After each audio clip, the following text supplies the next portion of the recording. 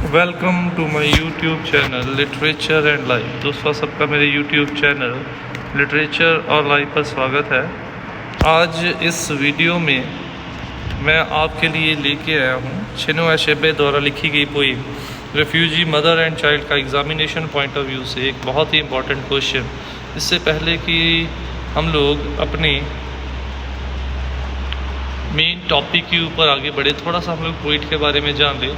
Chinua Achebe in full Albert Chinualumogu Achebe, born November 16, 1930, Ogidi, Nigeria, died March 21, 2030, Boston, US.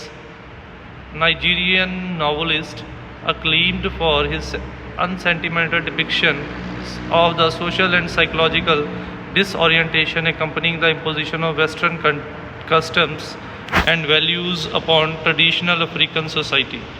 तो basically उनका जो life span है वो है 16 नवंबर 1930 से लेकर 21 मार्च 2013 तक, और वो एक नाइजीरियन नॉवलिस्ट थे। और उनको बेसिकली इसीलिए ज़्यादा माना जाता है क्योंकि उन्होंने अपनी राइटिंग्स के ज़रिए, उन्होंने अपनी रचनाओं के ज़रिए जो सामाजिक और मानसिक तनाव और भेदभाव का शिकार अफ्रीकन लोगों को, ब्लैक लोगों को होना पड़ता था वेस्टर्न वाइट सोसाइटी के द्वारा, जिस तरीके से वेस्टर्न सोसाइटी अपने रूल्स एंड रेगुलेशन ब्लैक लोगों के ऊपर इम्पोज कर देती थी, उन्हीं साइकोलॉजिकल और मेंटल डिसोरिएंटेशन और टॉर्चर्स को डिपिक्ट करने की वो अपनी रचनाओं में कोशिश करते रहते हैं। His particular concern was with emergent Africa at its moment of crisis.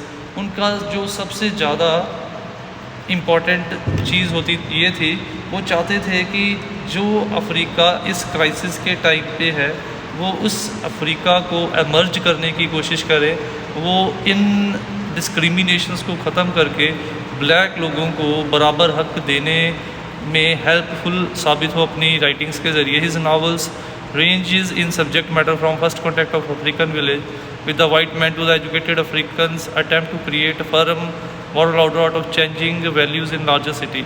और उनके novels, उनकी writings के जो theme है वो यूनिक हैं, जहाँ पे वो एक गांव में रहने वाले नीग्रो का पहली बार एक वाइट के साथ आमना सामना करवाने से लेके एक वेल एजुकेटेड नीग्रो का जब वाइट लोगों के द्वारा भेदभाव किया जाता है, उन दोनों कंडीशंस को वो बहुत ही क्लोजली अपनी राइटिंग्स के अंदर डिपिक्ट करते हैं। और उन राइटिंग्स के ज़रिए वो उस miserable painful condition of the blacks को हमारे सामने प्रेजेंट करने की कोशिश भी करते हैं। तो ये थी ब्रीफ सी इंट्रोडक्शन चिनुआ अचेबे के बारे में। Now let's move on to main topic, that is Chinua Achebe's refugee mother and child. Question is, the poem is about motherhood and pain explain. Motherhood होता है ममता और पेन दर्द। कि poem में ममता और दर्द एक साथ कैसे चल रहे हैं। जैसे कि मैंने आपको पोइम पढ़ाते वक्त या पिछली वीडियोस में आप लोगों ने देखा है कि पोइम में मैंने आप लोगों को ये बताया था कि ये पोइम बेसिकली एक रेफ्यूजी कैंप की दिल को छू जाने वाली तस्वीर को हमारे सामने पेश करती है। रेफ्यूजी कैंप में कैसे तरसयोग हालातों का सामना वहाँ पे पड़े शरणार्थियों को करना पड़ रहा है, बेसिकली मदर्स एंड चिल्ड्रन को। उसकी एक सच्ची और दिल को छू जाने वाली तस्वीर को हमारे सामने पेश किया गया है पोइट के द्वारा। और पोइट एक्चुअली में क्या कह रहा है, वो कह रहा है कि कंडीशन क्या है। कंडीशन ये है कि एक रेफ्यूजी कैंप की तस्वीर हमारे सामने पेश की गई है जहाँ पे खाने की कमी आ चुकी है, लोगों के पास खाने के लिए कुछ ज़्यादा बचा नहीं है। दूसरी चीज़, ना लोगों के पास पानी है।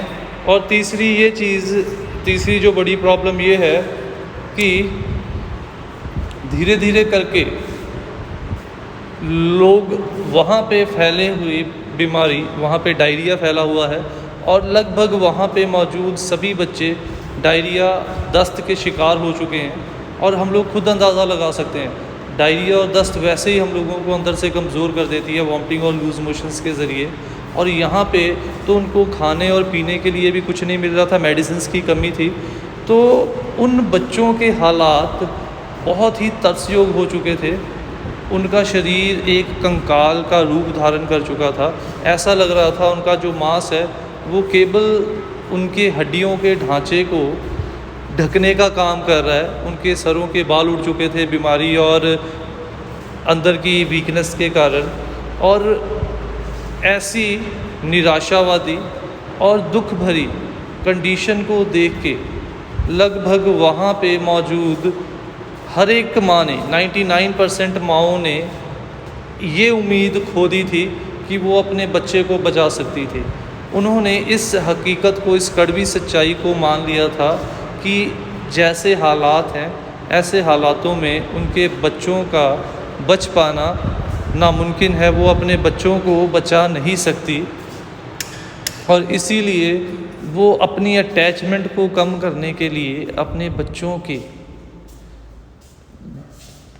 वॉमिट्स को, उनके लूज़ मोशंस को क्लीन नहीं करती थी, ना ही उनकी साफ़ सफाई करती थी, क्योंकि वो अपनी अटैचमेंट को कम करना चाहती थी। तो हम लोग देख सकते हैं कि कितनी दुख भरी कंडीशन थी कि एक माँ जो है वो हार मान चुकी है अपने बच्चों को बचाने के, और बच्चों की केयर करना छोड़ चुकी है। और वहीं पे इसी के कॉन्ट्रास्ट में एक और माँ की तस्वीर पेश की है कि 99% तो नाउम्मीद थी। जो 1% माँ है वो लगभग हम सब की माँओं और पेरेंट्स को रिप्रेजेंट करती हैं, जो पेरेंट्स सेल्फलेस सेक्रीफाइस करते हैं, जो पेरेंट्स सेल्फलेस प्यार करते हैं, निस्वार्थ प्यार करते हैं हम लोगों को, और उस प्यार, उस केयर और उस ममता का कर्ज हम लोग पूरी ज़िंदगी उतार नहीं सकते। और इस पोइम में पोइट ने उसी चीज़ को अपनी पोइट्री के ज़रिए डिपिक्ट किया है। और पोइट यही बता रहा है कि वहीं पे जहाँ पे लगभग 99% माएँ निराश हो चुकी थी, एक माँ ने अभी भी, इसी के अंदर ममता और दर्द एक साथ चल रहे हैं, उसी ने अभी भी उम्मीद की किरण नहीं छोड़ी थी। वो अभी भी अपने बच्चों के, अपने बेटे के ज़ख्म को, अपने बेटे के साफ़ सफाई कर रही थी। अभी भी वो, अब देखिए, साफ़ सफाई कर रही है, ममता है, बट जब हंस रही है उसकी हंसी को घोस्ट स्माइल कहा गया है, क्योंकि उसकी हंसी में दर्द झलक रहा है। क्योंकि उसे भी पता है जैसे हालात उसके बेटे के हैं उसका बच पाना नामुमकिन है, बट वो ये मानती है कि चमत्कार भी हो सकते हैं। इसीलिए वो कोशिश कर रही है अपने बेटे को आखिरी सांस तक प्यार ममता देने की, और उसी प्यार और ममता को देते वक्त उसे अपने दिल में दर्द महसूस हो रहा है कि बहुत जल्दी जिस बेटे को वो अपनी गोद में लेके सुलाने की कोशिश कर रही है, जिसके सर के बालों को वो कंघी कर रही है, बहुत ही जल्द उसका वो बेटा शायद मर चुका होगा। और ये भी मुमकिन है जिसे गोद में लेके वो सुलाने की कोशिश कर रही है वो शायद पहले से ही मरी हुई कंडीशन में पड़ा हुआ है। तो वो कहता है कि ऐसी दुख भरी तस्वीर को देख के हमें इस पोइम में जहाँ पे माँ की ममता नज़र आ रही है, वहाँ पे माँ का दर्द भी नज़र आ रहा है कि माँ को कितना दर्द हो रहा है अपने बेटे को खोते हुए देख के। और बच्चे कैसे हैं आज के बच्चे, पेरेंट्स जब बूढ़े होते हैं हम लोग उनको घरों से निकाल देते हैं, उनकी रिस्पेक्ट नहीं करते, हम लोग उनके लिए तरह तरह के वर्ड्स यूज़ करते हैं। तो हम लोग ये भूल जाते हैं आज हम लोग जहाँ पे भी खड़े हैं हमारे पेरेंट्स की बदौलत ही खड़े हैं। तो इसीलिए पेरेंट्स के लव को रीपे कर पाना तो नामुमकिन है, हम लोग उनका कर्ज कभी नहीं अदा कर सकते। हाँ, उनको प्यार रिस्पेक्ट देते रहें, उनके लिए वही वो हमसे एक्सपेक्ट करते हैं और हम लोग वही उनको देने में नाकामयाब महसूस होते हैं। और इस पोइम में पोइट ने माँ के सच्चे तस्वीर हमारे सामने पेश की है कि जो सच्ची माँ है वो आखिरी सांस तक अपने बच्चे को बचाने की कोशिश करेगी। तो हम लोग आंसर को अब स्टार्ट करते हैं। The present poem Refugee Mother and Child has been written by Chinua Achebe, one of the most famous poet and short story writer in English। तो ये पोइम चिनुआ अचेबे के द्वारा लिखी गई है।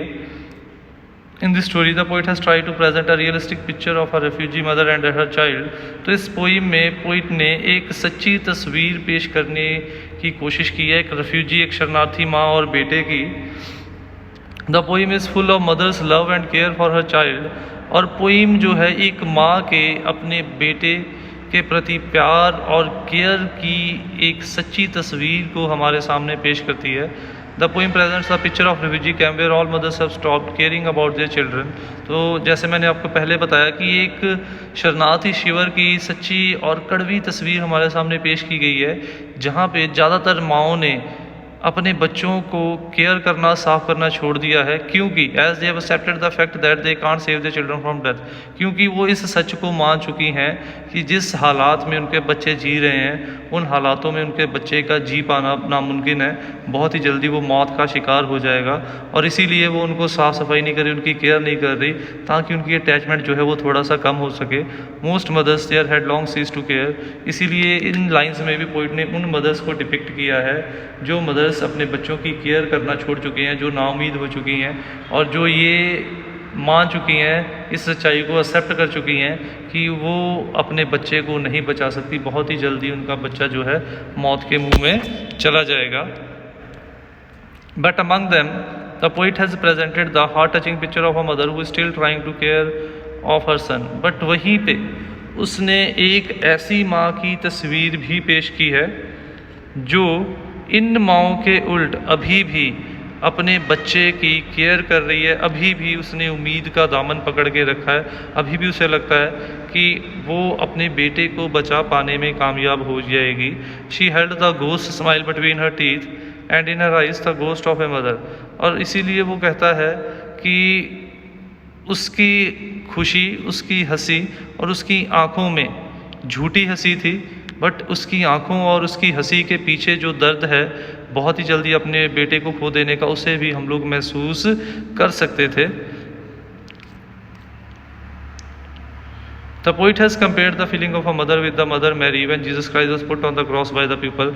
और फिर उसने सबसे बड़ी तुलना की है इस माँ की मदर मैरी के साथ, जो कि जीसस क्राइस्ट की माँ है, जिसको कि सलीब पे चढ़ा दिया गया था लोगों के द्वारा। वो कहती है कि बिल्कुल उसी प्रकार की कंडीशन यहाँ पे इस माँ की है, जिस माँ के सामने धीरे धीरे करके उसका बच्चा जो है बीमारी से, भुखमरी से मरता चला जा रहा है। Unlike other mothers she is still caring for her son. बाकी माँओं के उल्ट वो अभी भी अपने बेटे की केयर कर रही है, प्यार कर रही है। She sings to make her sleep in the lap of death.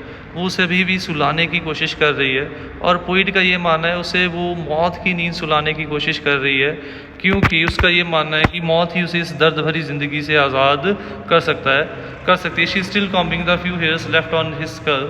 अभी भी वो उसके जो कुछ बाल बच गए हैं उसके खोपड़ी के ऊपर, स्कल वर्ड यूज़ किया है। स्कल होता है कंकाल के लिए, खोपड़ी के लिए। और हम लोगों ने, जैसे मैंने आपको पहले ही बताया, कि वहाँ पे बच्चों की हालत ऐसी हो चुकी थी कि वो कंकाल हो चुके थे, इसीलिए वर्ड हेड की जगह पे स्कल का इस्तेमाल किया गया। Singing in her eyes began carefully to part it. और वो कहते हैं कि अभी भी वो उसके रस्ट कलर के बालों को कंघी करने की कोशिश कर रही थी और अपने मन में लोरी गा रही थी इस उम्मीद के साथ कि उसका बेटा सो जाएगा। और पोइट को ऐसा लगता है कि वो उसे नींद में नहीं बल्कि उसको मौत की नींद में सुला रही है। और ये भी मुमकिन है कि जिसे वो सुलाने की कोशिश कर रही है, हो सकता है वो पहले से ही मौत की नींद सो चुका हो। In normal life this process is usual when mother dresses up for children for school. और अगर हम लोग हालात नॉर्मल होते तो ये एक साधारण सी बात ही ऐसा हर माँ करती है। जब भी सुबह हम लोगों ने स्कूल जाना होता था तो माएँ हमें उठाती थी, बड़े प्यार से हमारे बालों को कंघी करती थी, फॉरहेड के ऊपर किस देती थी। बट यहाँ पे अगर वो कहता है नॉर्मल हालात होते, रेफ्यूजी कैंप में ऐसे तरसयोग्य हालात ना होते, तो ये एक नॉर्मल इंसिडेंट था हमारी दिनचर्या का।